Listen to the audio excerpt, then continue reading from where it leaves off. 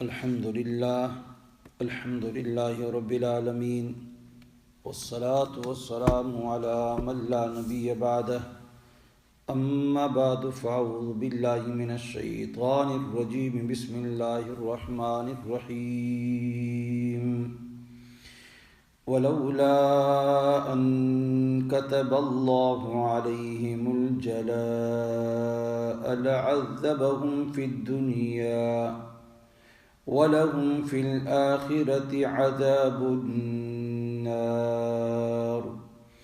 ذَلِكَ بِأَنَّهُمْ شَاقُّوا اللَّهَ وَرَسُولَهُ وَمَنْ يُشَاقِّ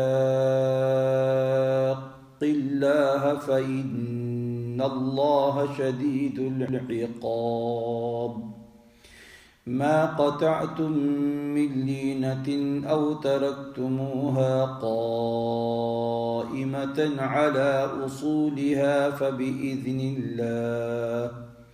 فبإذن الله وليخزي الفاسقين صدق اللہ العظیم۔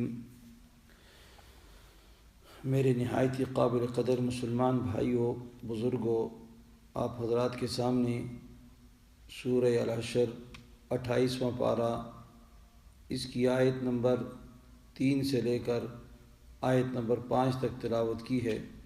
رب العالمین سے دعا ہے کہ اللہ ان آیات کا صحیح مطلب سمجھانے کی توفیق عطا فرمائے، اور رب العالمین ہم سب مسلمانوں کو صحیح معنوں میں دین اسلام کی سمجھ اور اس کے اوپر عمل کی توفیق عطا فرما دے۔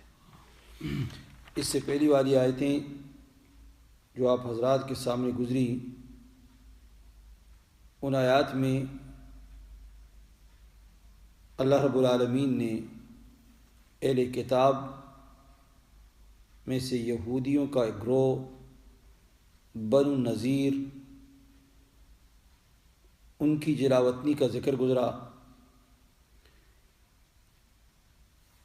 کہ اللہ رب العالمین نے ارشاد فرمایا کہ اللہ تعالیٰ نے ان کو ان کے گھروں سے اجتماعی طور پر نکالا، اور ان کے اتنے مضبوط قلعے تھے کہ وہ سمجھ رہے تھے کہ ان قلعوں سے ہمیں کوئی نکال نہیں سکتا، اور مسلمان بھی یہ گمان کرتے تھے کہ بڑے مضبوط قلعے، ان کو کون باہر نکالے گا۔ لیکن اللہ رب العالمین نے اپنی قدرت سے ان کے دلوں میں رعب ڈالا، اور رعب ڈال کر وہ مرعوب ہوئے، آخر کار ان کو قلعوں سے نکلنا پڑا۔ اب ان کو جلاوطن کیوں کیا گیا؟ اس کی وجہ یہ تھی کہ جس طرح پچھلے درس میں گزرا کہ یہودیوں کا یہ جو گروہ تھا بنو نذیر، انہوں نے رسول اللہ صلی اللہ علیہ وسلم سے کیے ہوئے معاہدے کو توڑا تھا، اور جنگ احد کے بعد یہ مشرکین مکہ سے جا کر ملے اور ان کو دعوت دی، اور ان کے ساتھ ایک معاہدہ کیا کہ ہم مل کر رسول اللہ صلی اللہ علیہ وسلم کے خلاف ہم لڑیں گے۔ تو یہ معاہدہ ان کا آپس میں ہو گیا، تو جس کی بنا پر ان کے ساتھ رسول اللہ صلی اللہ علیہ وسلم نے اعلان جنگ کیا اور ان کو جلاوطن کر دیا، ان کے گھروں سے ان کو نکال دیا۔ اب گھروں سے نکال دیا، اور اس کے بعد اللہ رب العالمین نے یعنی ان کے اس واقعے کو عبرت کا لیے بنا دیا پوری انسانیت کے لیے، کہ دیکھو جو شخص بھی اللہ اور اس کے رسول کے ساتھ، پھر رسول سے کیے ہوئے معاہدے کو توڑتا ہے، پھر رسول کے خلاف چڑھائی کرتا ہے، تو ان کے لیے یہ واقعہ بہت بڑا عبرت کا ذریعہ ہے۔ تو اس لیے رب العالمین نے فرمایا فَاعْتَبِرُوا يَا أُولِي الْأَبْصَارِ، کہ اے آنکھ والو، اے بصیرت والو، دل کی آنکھ والو، غور کرو، عبرت حاصل کرو اس واقعے سے کہ انہوں نے بنو نذیر نے معاہدے کو توڑا، ان کا انجام یہ ہوا اسی لیے بنو قریظہ کا ایک شخص عمر بن سعد یہودی تھا، تو یہ مدینہ منورہ میں آیا اور آ کر بنو نذیر کی ان بستیوں کو جب اس نے دیکھا، ان آبادیوں کو جب اس نے دیکھا اور چاروں طرف چکر لگائے، پھر واپس اپنی قوم بنو قریظہ کے پاس گیا۔ جب بنو قریظہ کے پاس گیا اور کہنے لگا کہ میں تو آج بڑا ہی عبرتناک منظر دیکھ کر آیا ہوں، میں اپنے بھائیوں کی بستیوں کو دیکھ کر آیا ہوں کہ جو کل وہاں پر آباد تھے، بڑے غیرت مند تھے، صاحب شرف تھے، بڑی عزت والے تھے، بہادر لوگ تھے، فیصلہ کن رائے رکھنے والے تھے، عقل مند لوگ تھے، لیکن افسوس کہ بڑی ذلت کے ساتھ ان کو وہاں سے نکال دیا گیا، اور دوسرے لوگ اب ان کی زمینوں کے مالک بن گئے، ان کے گھروں کے مالک بن گئے۔ انہی کا ایک سردار تھا کعب بن اشرف، اس کو قتل کر دیا گیا۔ اسی طرح ان کا ایک دوسرا سردار ابن سینا تھا، اس کو قتل کر دیا گیا۔ پھر اسی طریقے سے بنو قینقاع جو تھے، بڑی بہادر قوم تھی اور طاقتور لوگ تھے، عزت دار لوگ تھے، ان کا محاصرہ کیا گیا، اور ایسا محاصرہ تھا کہ کوئی شخص سر باہر نہیں نکال سکتا تھا، تو ان سب کو قیدی بنا دیا گیا۔ آخر کار ان سب کو جلاوطنی کی شرط سے کیا ہے وہاں سے نکال دی، چھوڑ دیا گیا۔ تو اس نے کہا، عمر بن سعد نے اپنی قوم سے کہا کہ دیکھو یہ سب واقعات ہمارے سامنے ہیں، اور سب سے بڑی جو بات ہے کہ میری بات کو تسلیم کر لو، میری بات مان لو، آؤ ہم سب مل کر محمد صلی اللہ علیہ وسلم کی اتباع کر لیں۔ کہنے لگا خدا کی قسم تم جانتے ہو کہ نبی ہیں، ہم کو ان کی بشارت جو ہے ہمارے علماء شروع سے دیتے آئے ہوئے ہیں۔ آخر میں ابن سیان، ابو عمیر اور ابن حواس یہ بیت المقدس سے آئے، یہ دونوں یہودیوں کے بہت بڑے عالم تھے۔ ان دونوں نے ہم کو نبی کے اتباع کا حکم دیا تھا، حضرت محمد صلی اللہ علیہ وسلم کی اتباع کا حکم دیا تھا، اور یہ بھی کہا تھا کہ دونوں کا سلام اس نبی کو پہنچا دیا جائے۔ اس کے بعد ان دونوں کی اس دین پر یعنی اسلام پر وفات ہوئی تھی، اور ان کو دفن کر دیا گیا اس حال میں کہ وہ دونوں مسلمان تھے۔ اس لیے ہماری عبرت کے لیے یہی کافی ہے۔ تو عمر بن سعد کا یہ کلام جب انہوں نے یہ باتیں کی تو کوئی آدمی بھی نہ بولا، سارے کے سارے خاموش رہے۔ تو عمر بن سعد نے ایک مرتبہ اور اپنی ان باتوں کو دہرایا اور بنو قریظہ کو یہ کہا کہ دیکھو لڑائی سے بچو، اور گرفتاری اور جلاوطنی ان دونوں سے بچو، ان دونوں چیزوں سے ان کو ڈرایا۔ لیکن اس وقت وہاں پر زبیر بن باتا یہ موجود تھا۔ اس نے کہا کہ توریت کی قسم میں نے ان کے حالات یعنی محمد صلی اللہ علیہ وسلم کے حالات ابن باتا کی اس اصل توریت میں پڑھے ہیں جو موسیٰ علیہ السلام پر نازل ہوئی تھی، اور وہ توریت ان نسخوں میں سے نہیں تھی جو ہم نے لکھ رکھے ہیں۔ کعب بن سعد بولا، وہیں پہ کعب بن سعد بیٹھا ہوا تھا، وہ بولا، کہنے لگا ابو عبد الرحمن پھر آپ کو محمد صلی اللہ علیہ وسلم کے اتباع سے روکنے والا کون ہے؟ تو زبیر بن باتا نے کہا آپ روکنے والے ہیں۔ کعب نے کہا یہ کیسے؟ توریت کی قسم میں تو آپ کے اور محمد صلی اللہ علیہ وسلم کے درمیان میں کبھی حائل ہی نہیں اور رکاوٹ ہی نہیں بنا، آپ مسلمان ہونا چاہتے ہیں تو مسلمان ہو جائے، میں تو آپ کو نہیں روکتا۔ زبیر نے کہا آپ ہی قوم کی طرف سے عہد و پیمان کے مختار ہیں، آپ سردار ہیں، لیڈر ہمارے، آپ جس کے ساتھ معاہدہ کرتے ہیں تو آپ کو اختیار دیا ہوا ہے، آپ کی اتباع ہم کرتے ہیں، ہم بھی آپ جا کے اتباع کریں، ہم بھی آپ کی اتباع کریں گے، آپ کی پیروی کے سے انکار تو ہم نے کبھی نہیں کیا۔ تو عمر بن سعد نے کعب کی طرف متوجہ ہو کر کہا کہ سنو، قسم توریت کی جو موسیٰ علیہ السلام پر طور سینا پہ نازل ہوئی، بلا شبہ ان کو دنیا میں عزت اور غلبہ حاصل ہوگا، یعنی محمد صلی اللہ علیہ وسلم کو دنیا میں عزت بھی ملے گی اور غلبہ بھی ان کو حاصل ہوگا.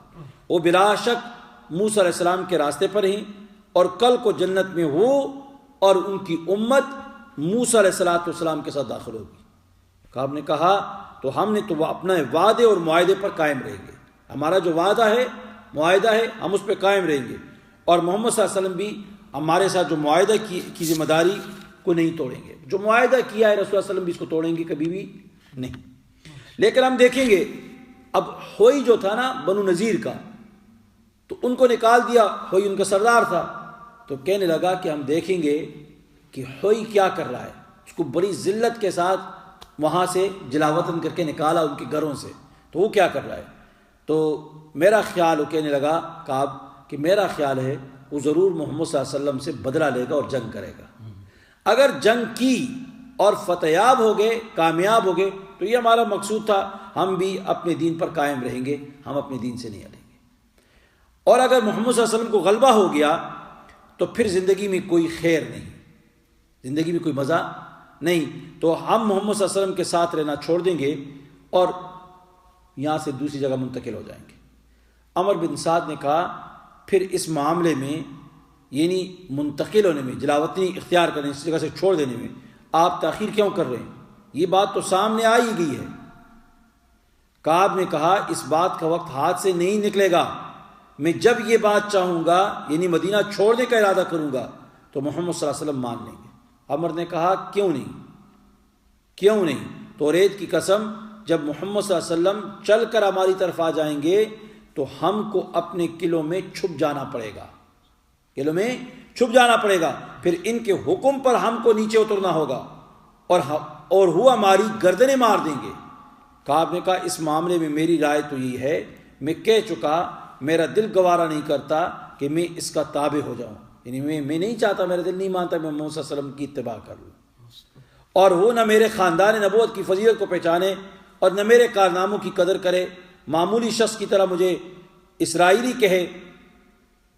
تو عمر بن سعد نے اس کو کہا کیوں نہیں, اپنی جان کی قسم وہ ضرور اس فضیلت حسب نسب سے واقف ہے.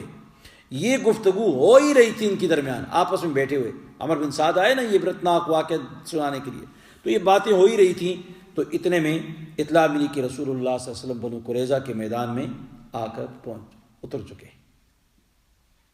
تو عمر بن سعد نے بنو نذیر کے واقعے کو ان کے لیے بطور عبرت کے بیان کیا, لیکن ان بدبختوں کے ذہن میں بات نہ آئی, انہوں نے اس سے سبق حاصل نہ کیا. ان کا انجام بھی پھر کیا ہے, بنو قریظہ والوں کا انجام بھی ویسا ہی ہوا جیسا کہ بنو نذیر کے ساتھ انہوں نے معاہدے کو توڑا.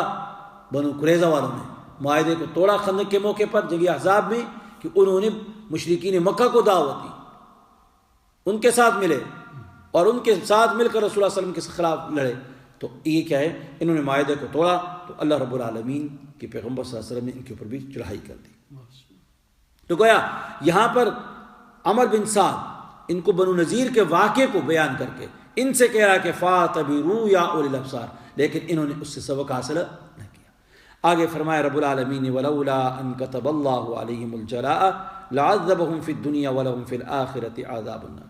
اب بنو نذیر جلاوطنی کا ذکر اللہ تعالیٰ فرماتے ہیں کہ وَلَوْلَا أَن كَتَبَ اللَّهُ, کہ اللہ تعالیٰ نے ان کے اوپر جلاوطنی کو لکھا نہ ہوتا تو دنیا میں ان کو بہت بڑا عذاب ان کو دیا جاتا, سخت عذاب ان کو ملتا. لیکن اللہ تعالیٰ نے کیا کیا, ان کے اوپر جلاوطنی لکھ کر ان کے لیے کیا ہے وہ سخت عذاب جو تھا قتل ہو جانا, وہ والا عذاب جو خیبر والوں کا انجام ہوا, اس طریقے کے عذاب سے ہی کیا ہو گئے, بچ گئے, یہ بچ گئے دنیا میں.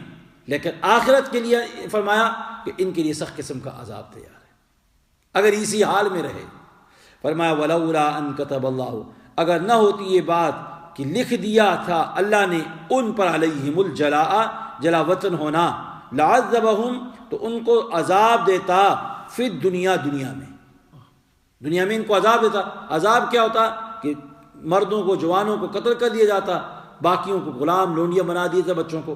وَلَهُمْ فِي الْآخِرَةِ عَذَابُ النَّارِ, اور ان کے لیے آخرت میں کیا ہے, عذاب النار, آگ کا عذاب ہے, سخت قسم کی کیا ہے, آگ کا عذاب ان کے لیے تیار ہے. فرمایا ذالک بانہم شاقوا اللہ ورسولہ، ذالک بانہم شاقوا اللہ ورسولہ، یہ اس لیے کہ وہ مخالف ہوئے اللہ اور اس کے رسول کے۔ ان کے لیے کیا دنیا میں عذاب کیوں اور جلاوطنی کا حکم کیوں، یہ والا عذاب، اور آخرت میں سخت قسم کا عذاب ان کے لیے کیوں ہے؟ فرمایا اس لیے کہ انہوں نے اللہ اور اس کے رسول کی مخالفت کی۔ فرمایا وَمَن يُشَاقِ اللَّهَ فَإِنَّ اللَّهَ شَدِيدُ الْعِقَابِ، جو اللہ کی مخالفت کرے گا، جو اللہ کا مخالف ہوا، فَإِنَّ اللَّهَ شَدِيدُ الْعِقَابِ، اس کے لیے کیا ہے؟ سخت قسم کی سزا ہے، سخت عذاب اس کے لیے۔ یہاں پر اللہ رب العالمین نے اللہ اپنی مخالفت اور رسول کی مخالفت، اس کا انجام کیا بتایا کہ اس کا انجام کیا ہے؟ اللہ کی طرف سے سخت عذاب ملے گا۔ تو اس لیے اللہ تعالیٰ کی نافرمانی سے، اللہ کی مخالفت سے، رسول کی مخالفت سے بچنا چاہیے۔ آگے پھر وَمَا قَطَعْتُم مِّن لِّینَةٍ أَوْ تَرَكْتُمُوهَا قَائِمَةً عَلَىٰ أُصُولِهَا، یہ بنو نذیر جو تھے، جب رسول اللہ صلی اللہ علیہ وسلم نے ان کا معاصرہ کیا تو معاصرہ کرنے کے وقت یہ سارے کے سارے قلعوں میں بند ہو گئے، محصور ہو گئے، اور قلعوں میں بند ہو کر قلعوں کی دیواروں پہ چڑھے، وہاں سے پتھراؤ کرنا شروع کر کے اب یہ میدان میں اتر نہیں رہے لڑنے کے لیے۔ تو رسول اللہ صلی اللہ علیہ وسلم نے اللہ کے حکم کے مطابق صحابہ اکرام سے کہا کہ اب ان کے کھجور کے باغات جو ہیں ان کو توڑو، ان کو کاٹ دو۔ کھجور کے باغات لگے ہوئے تھے، اجوا کھجور تھی، بڑی قیمتی کھجوریں تھیں، تو ان کے درختوں کے کاٹنے کا حکم دے دیا۔ اب کھجور کے درختوں کے کاٹنے کا حکم دیا، یا مفسرین نے لکھا کہ ابو لیلہ اس کو کہا کہ یہ کاٹے، ابو لیلہ مازنی اور عبداللہ بن سلام جو تھے، ان دو کی ذمہ داری لگا دی کہ جاؤ تم اس کھجور کے درختوں کو کیا کرو، کاٹ دو۔ اب اس کاٹنے لگے جب، تو ادھر سے ان کی عورتیں چیخ و پکار شروع کر دیا، ان کے مردوں نے چیخنا شروع کر دیا کہ یہ کیا ہے، یہ تو ہمارے باغات کو کاٹا جا رہا ہے، اور اجوا کھجور بڑی قیمتی کھجور ہوتی، کہا کہ 30 برس تک آئندہ کھجور، اجوا کھجور کا کوئی خوشہ تک نہ ملے گا نہیں، یہ تو یہ باغات ہیں اس کے، اگر یہ کاٹ دیے گئے تو پھر کچھ بھی نہیں ملے گا۔ تو بڑی چیخ و پکار انہوں نے شروع کی، تو رسول اللہ صلی اللہ علیہ وسلم نے کچھ کٹوائے اور کچھ باقی چھوڑ دیے، کچھ درخت کٹوا دیے اور کچھ باقی چھوڑ دیے۔ تو یہ سارے کے سارے چیخ و پکارنے لگے، اوہو یہ تو نرا فساد کر رہے ہیں زمین کے اندر، درختوں کا کاٹنا یہ تو فساد ہے۔ اور صحابہ اکرام کے دل میں بھی آیا کہ یہ تو درخت چھوڑ دیے جاتے تو یہ تو ہمارا فائدہ ہے، کیونکہ تو نکل جائیں گے، ہمارا اس سے فائدہ ہوگا۔ تو اس لیے صحابہ اکرام کے دل میں بھی بات آئی کہ کہیں یہ تو فساد سا لگتا ہے، یہ تو نہیں کرنا چاہیے۔ تو اللہ رب العالمین نے یہ آیتیں اتار کر یہ بتایا کہ یہ جو درخت کاٹوائے گئے ہیں، درخت جو کٹوائے گئے ہیں، یہ کاٹنے کا حکم رسول اللہ صلی اللہ علیہ وسلم نے خود نہیں دیا، بلکہ ان کے کاٹنے کا حکم کہاں سے آیا ہے؟ اللہ کی طرف سے ہے۔ اور کٹوانے میں ان کے لیے دنیا میں ذلت اور رسوائی کا اظہار ہے، ذلت و رسوائی کا اظہار ہے، مسلمانوں کے غلبہ کی نشانی ہے، اور ان کو غیظ و غضب دلا کر قلعوں سے باہر نکالنے کے لیے کیا ہے؟ یہ طریقہ تھا، یہ طریقہ تھا۔ یہ سارے کا سارا حکم اللہ کے رسول نے اپنی طرف سے نہیں دیا، بلکہ کس نے دیا؟ اللہ تعالیٰ۔ فرمایا ما قطعتم من لینۃ، جو تم کاٹ رہے تھے، من لینا، من لینا کہتے ہیں کھجور کے درخت، اور مفسرین اس کی بہت سارے معنی کیے لینا کے، اور کہتے ہیں لینا جو ہے ایسی کھجور جس میں اجوا شامل نہیں ہوتی، اجوا کے بغیر دوسری جو کھجوریں ہیں لینا اسے کہا جاتا ہے۔ اور بعض نے کہا یہ ایسی کھجور ہے، بہت زرد قسم کی کھجور، بہت میٹھی، جب منہ میں اس کو رکھتے ہیں تو ایک دم نیچے وہ کیا ہے، دانت اس کے اندر چلے جاتے ہیں، اور اس کی اندر سے بالکل اس کی گٹھلی جو ہوتی ہے وہ نظر آ جاتی ہے، اتنی اعلیٰ قسم کی یہ کھجور ہوتی تھی۔ تو بعض نے فرمایا من لینا، اس سے تمام کھجور کے درخت مراد ہیں۔ تو فرمایا ما قطعتم من لینۃ، تم نہیں کاٹ رہے تھے من لینا کھجور کے درخت، او ترکتموها، یا ان کو تم نے چھوڑا، قائمتاً کھڑے، علی اصولہا، ان کی جڑوں پر۔ کس کی وجہ سے تھا؟ فباذن اللہ، یہ اللہ کے حکم سے تھا۔ اس میں کیا ہے؟ اللہ کا حکم آیا ہوا تھا، رسول اللہ صلی اللہ علیہ وسلم نے اپنی طرف سے نہیں کیا کہ آپ کہہ رہے ہو یہ فساد رسول اللہ صلی اللہ علیہ وسلم پھیلا رہے ہیں، نہیں، یہ اللہ کی طرف سے حکم تھا۔ فرمایا وَلِيُخْزِيَ الْفَاسِقِينَ، اللہ نے حکم کیوں دیا؟ تاکہ رسوا کرے کس کو؟ فاسقین کو، نافرمانوں کو، یعنی جو اللہ اور اس کے رسول کے نافرمان بنے، جنہوں نے اللہ اور اس کے رسول کی اتباع کا انکار کیا، تو ایسے لوگوں کے لیے کیا ہے؟ یہ رسوائی کا سامان بن جائے، ان کی رسوائی کے سامان بن جائے۔ تو اس لیے رب العالمین نے کیا ہے؟ اس کا حکم دیا تھا۔ تو گویا ما قطعتم من لینۃ او ترکتموها، یہ کھجوریں کاٹنے کا جو حکم تھا یہ اللہ کی طرف سے تھا، رسول اللہ صلی اللہ علیہ وسلم نے اپنی طرف سے نہیں کیا، اور یہ کرنے کی وجہ رب العالمین نے بتائی وَلِيُخْزِيَ الْفَاسِقِينَ، ان کے کاٹنے سے فاسقوں کے لیے رسوائی تھا، کہ اپنے باغوں کو جب کٹتا ہوا دیکھ رہے تھے تو ان کو کیا ہے؟ غیظ و غضب میں آ رہے تھے، اور کیا ہے؟ دیکھ کر پریشان تھے، بڑے ہی پریشان تھے۔ تو یہ ان کو قلعوں سے باہر نکالنے کا ایک طریقہ تھا۔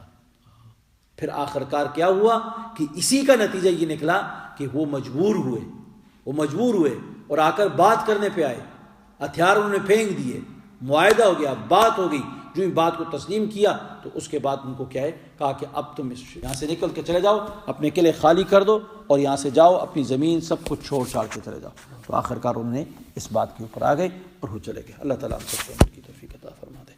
سبحان اللہ وبحمدہ، سبحان اللہ العظیم، اللہم ربنا آتنا فی الدنیا حسنہ وفی الآخرۃ حسنہ وقنا عذاب النار، اللہم انا علی ذکرک وشکرک وحسن عبادتک، ربنا آمنا فاغفر لنا ذنوبنا وکفر عنا سیئاتنا، صلی اللہ تعالی علی خیر خلق محمد وعلی آلہ وصحبہ۔